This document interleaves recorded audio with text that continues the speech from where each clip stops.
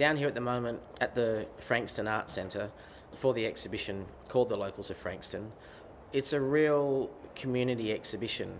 It's the people that are, you know, part of the community. They're part of Frankston. I heard two people speaking last night about the exhibition, and both were in it. One guy was probably in his 50s, the other guy may have been in his 20s. And I walked past, and the older guy said to the younger one, I'm just telling this guy a little bit about life. And he said, I was just telling him that in life, you do things and you never get recognised for anything that you do very much. It's very few times in your life that anyone ever says thank you or acknowledges you as a human being or as a person. You go to work, you come home, you have something to eat, and that's it, and that's your life. And he goes, not being egotistical about being on the wall and being part of this exhibition, but for me to be part of this exhibition, he was telling me, means that I've been acknowledged as a human being, you know, and someone said to me, you know, thank you for being you.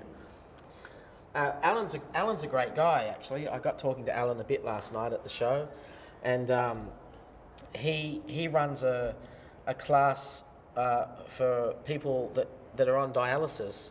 Alan's got some kidney problems. He said to me, you know, I don't get paid or anything for it. I do it because I'm giving something back to the community, and I know I'm helping people out, and that makes me happy. So he's an unsung hero. He really is. And here's a really beautiful portrait of Dulce Richards.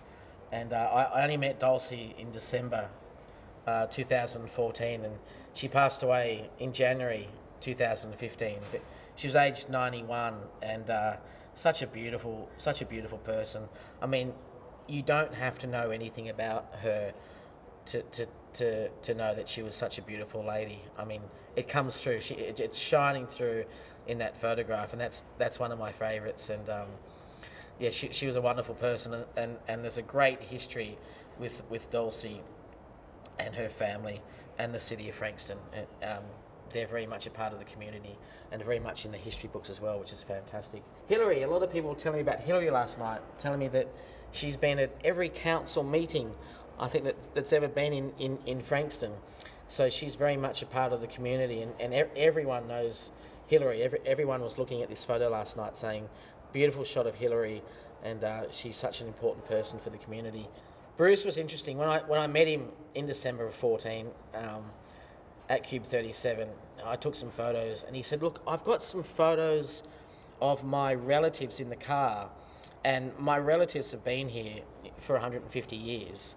They're very small photos. Would you like to look at them? And me being a history buff, and I love stories, I said, sure. So he went to the car, he brought in the photos.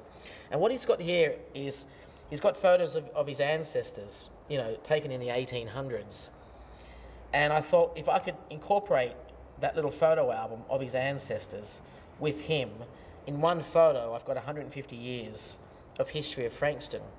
Now, sure, we need to do a little bit of research about these individuals, but if we could put all these individuals together with him, who you know are his family, that photo now represents 150 years of Frankston, and he's been here his whole life, so that's quite incredible.